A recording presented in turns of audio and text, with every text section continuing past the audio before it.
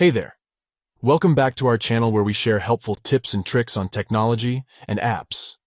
In today's video, we're going to show you how to use the Starred Messages feature in WhatsApp on your Android device. WhatsApp is a popular messaging app that allows you to communicate with your friends and family. And it also has a feature that allows you to easily save and access important messages. This feature is called Starred Messages, and it's perfect for keeping track of important information such as addresses, phone numbers, or even just a funny meme. Let's get started. The first step is to open WhatsApp on your Android device. Once you're in the app, go to a chat that contains the message you want to save. Next, select the message by long pressing on it. This will bring up a menu with several options. Tap on the upper left 3 dots to access more options. From there, tap on star. Once you tap on star, the message will be saved to your Starred Messages list.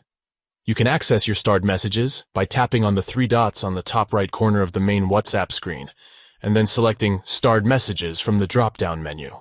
To remove a message from the Starred Messages list, simply long press on the message and tap on the star icon again to unstart it. It's important to note that the Starred Messages feature is unique to each chat.